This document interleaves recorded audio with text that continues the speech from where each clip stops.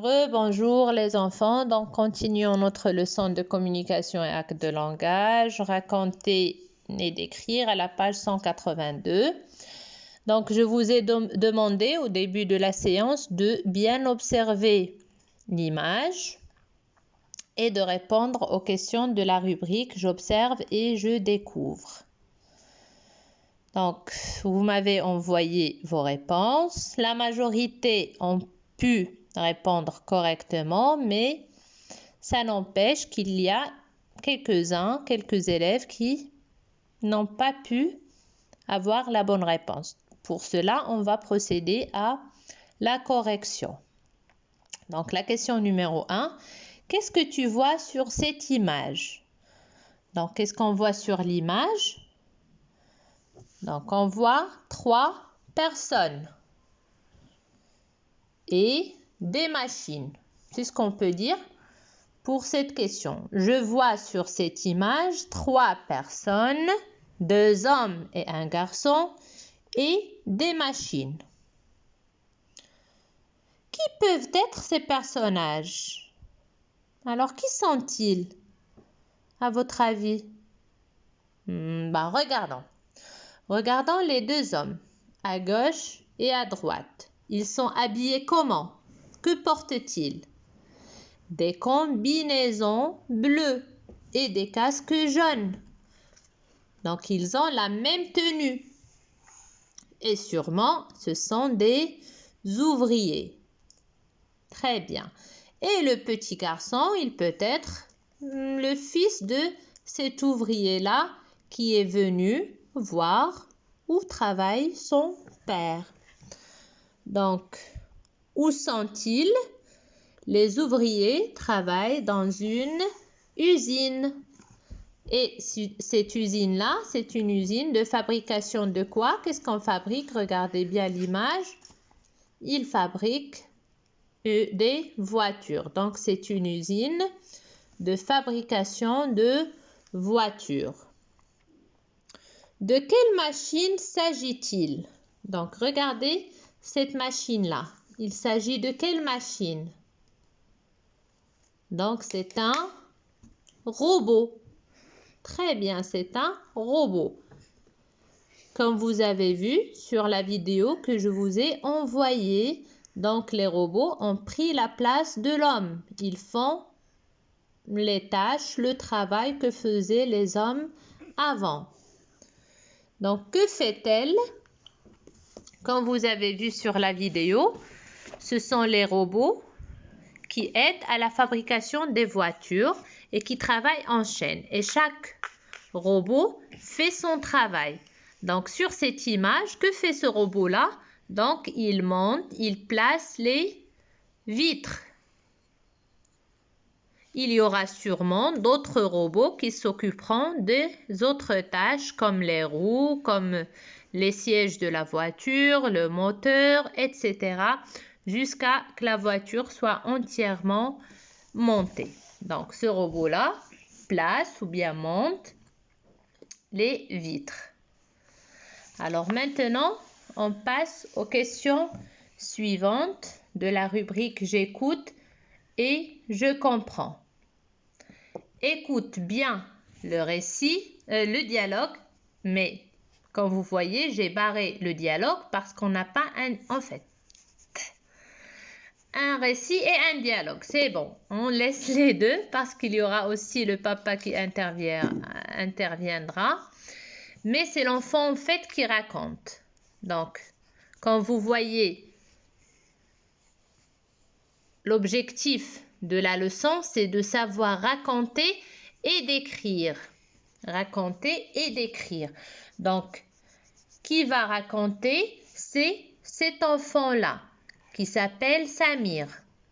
Samir a accompagné son père à l'usine où il travaille. Donc, comme nous avons dit, l'usine de fabrication de voitures. Et quand Samir est retourné en classe, sa maîtresse, Leïla, lui a demandé de raconter à ses camarades de la 5e année, groupe A1 et groupe 2 à l'école Sidi Eli, ce qu'il a vu. Donc, écoutons bien ce que va nous dire Samir. Je n'oublierai jamais le jour où mon père m'a emmené avec lui à l'usine où il travaille. C'est une usine de fabrication de voitures à l'aide de robots. Ces robots sont gigantesques avec des membres comme les humains.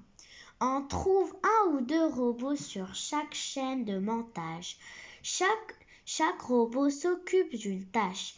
Il place les pièces là où il faut, avec beaucoup de précision. En cas d'anomalie, les robots interviennent comme une personne. Ils parlent. Tout ça est programmé dans son système. Ce jour-là, j'étais très heureux de voir comment les robots aident les hommes dans leur travail. Mon père m'a dit: Tu sais, Samir, les robots rendent service à l'homme. Ils lui facilitent les tâches, mais font beaucoup de chômeurs. Donc, comme vous avez entendu, Samir nous a raconté son expérience, ce jour inoubliable à l'usine où travaille son père. Donc, revenons sur les dires de Samir. Samir a commencé son récit par « Je n'oublierai jamais le jour où mon père m'a emmené avec lui à l'usine où il travaille. » Donc, c'est un jour inoubliable, c'est un grand jour parce que Samir n'avait jamais vu de telles choses. Comme vous pouvez voir, regardez comment il est étonné. Ça se voit qu'il est content de voir ce qui se passe, de voir comment les robots arrivent-ils à fabriquer des voitures. C'est une usine de fabrication de voitures à l'aide de robots. Comme nous voyons sur l'image et comme vous avez vu sur la vidéo que je vous ai envoyée, donc ce sont les robots qui aident à la fabrication des voitures.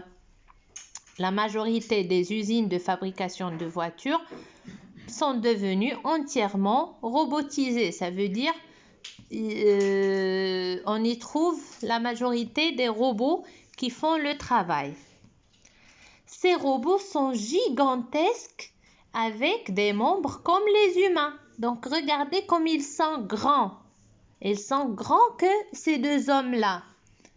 Et ils ont des membres. On pourra même dire qu'ils ont une tête, des mains, des pieds pour se déplacer. Donc ça nous rappelle l'être humain, les hommes, les enfants, les femmes et tout. On trouve un ou deux robots sur chaque chaîne de montage.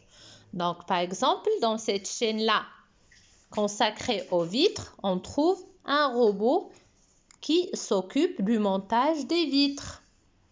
On trouvera un ou deux robots sur la chaîne, par exemple, des roues, un ou deux robots sur la chaîne des sièges, un ou deux robots sur la chaîne qui monte les moteurs, etc.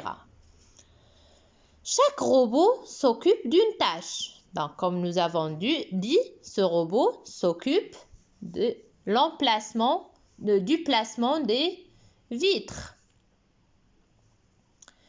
Il place les pièces là où il faut avec beaucoup de précision. Donc, regardez, ce robot a placé la vitre exactement à sa place, là où il faut, là où la vitre doit être. En cas d'anomalie, le robot intervient comme une personne. Donc, c'est-à-dire quand il y a quelque chose qui ne va pas, le robot intervient. Il dit attention, il y a quelque chose qui ne va pas. Donc, il parle. C'est comme les humains. Bien sûr, il ne parlera pas tout à fait comme nous, mais il dira ti, ti, i. Quelque chose qui ne va pas, une anomalie. Donc, vous voyez, je pense sur les dessins, comment les robots parlent. Tout ça est programmé dans son système. Donc, comme on a dit pour les ordinateurs, donc tout est programmé d'avance dans leur système. Donc, chaque robot a un système où on trouve toutes les tâches qu'il doit faire, comment il doit marcher, comment il doit faire ses tâches. Continuons le récit de Samir. Ce jour-là, j'étais très heureux de voir comment les robots aident les hommes dans leur travail. Donc, comme nous avons dit, ça se voit sur le visage de Samir qu'il était très heureux, très étonné de voir, de découvrir comment les robots aident les hommes à faire leur travail. Mais écoutons bien la phrase du papa. Mon père m'a dit, tu sais Samir, les robots rendent service à l'homme et lui facilitent les tâches. Ça veut dire que c'est vrai, ils sont là à l'aide des hommes. Mais, donc regardez, mais, ça veut dire qu'il y a quelque chose de négatif. Donc c'est bien d'aider, c'est bien de faciliter les tâches, mais ils font beaucoup de chômeurs. Donc, comme nous avons dit, les robots ont remplacé les hommes. Ils ont pris la place des hommes. Et à cause de ça, donc, il y a beaucoup de chômeurs. Les chômeurs, ce sont les gens qui ne trouvent pas de travail, qui n'ont pas, malheureusement, de travail pour gagner leur vie. Donc, ça, c'est négatif. Alors, j'espère que vous avez bien écouté, que vous avez bien compris. Je répète le récit de Samir une dernière fois. Donc, écoutez bien. Je n'oublierai jamais le jour où mon père m'a emmené avec lui à l'usine où il travaille. C'est une usine de fabrication de voitures à l'aide de robots. Ces robots sont gigantesques avec des membres comme les humains. On trouve 1 ou 2 robots sur chaque chaîne de montage. Chaque robot s'occupe d'une tâche. Il place les pièces là où il faut, avec beaucoup de précision. En cas d'anomalie, le robot intervient comme une personne. Il parle. Tout ça est programmé dans son système. Ce jour-là, j'étais très heureux de voir comment les robots aident les hommes dans leur travail. Mon père m'a dit, tu sais Samir, les robots rendent service à l'homme et lui facilitent les tâches, mais font beaucoup de chômeurs. Donc, maintenant, je pense que vous pouvez répondre aux questions de la rubrique « J'écoute » et « Je comprends ». Donc, question numéro 6. Quel est le narrateur du récit? Donc, qui parle? Qui nous raconte? Qui parle dans ce récit? Qu'a visité Samir? Donc, où Samir était-il parti? Que fait-il en classe? Donc, quand Samir est retourné en classe, qu'est-ce qu'il fait? Il a fait quoi? De quelle machine parle-t-il? Est-ce qu'il nous parle de l'ordinateur? De la télévision? Non, il nous parle de quoi exactement? Que fait le robot? Donc, nous avons parlé de ce robot-là. Que fait-il? Le robot parle-t-il vraiment?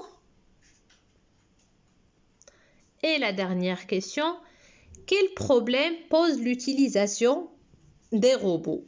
Donc, c'est à partir de la phrase du papa que nous pouvons répondre à cette dernière question. Donc, s'il le faut, écoutez et réécoutez bien le récit pour mieux le comprendre et mieux répondre sur les questions. Donc, on se retrouvera pour la séance prochaine. À bientôt. Restez surtout chez vous. Au revoir.